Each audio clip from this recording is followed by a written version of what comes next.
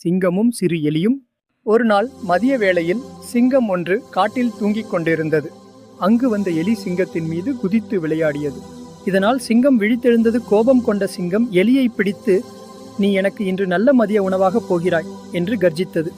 ஆனால் எலியோ சிங்கத்திடம், என்னை மன்னித்து விடுங்கள், நான் தெரியாமல் உங்கள் மீது ஏறிவிட்டேன், என்னை சாப்பிடாதீர்கள் என கெஞ்சி கேட்டது. சிங்கத்திடம், இன்று நீங்கள் என்னை கொல்லாமல் விட்டால் என்றாவது ஒரு நாள் உங்களுக்கு என் நன்றியை திருப்பிச் செலுத்துவேன் என்றது. சிங்கமோ, இவ்வளவு சிறிய உடம்பை வைத்துக்கொண்டு எனக்கு நீ உதவ போகிறாயா என்று எலியை ஏளனம் செய்தது. இருந்தாலும் எலியை கொல்லாமல் போகவிட்டது.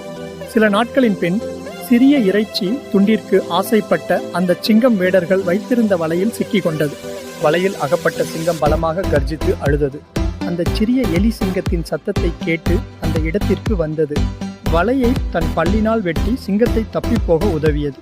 சிங்கம், இந்த சின்ன எலி என்னை காப்பாற்றிவிட்டதே என்று வெட்கப்பட்டு எலிக்கு தன்னை காப்பாற்றியதற்கு நன்றி சொல்லி சென்றது.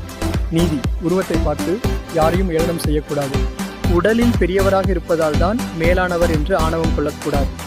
சிறிய பலமற்ற ஒருவர் தன்னிலும் பெரிய பலமான ஒருவருக்கு உதவும் சந்தர்ப்பங்களும் வரும். சிறிய துரும்பும் பல்குத்த உதவும் என்பது பழமொழி.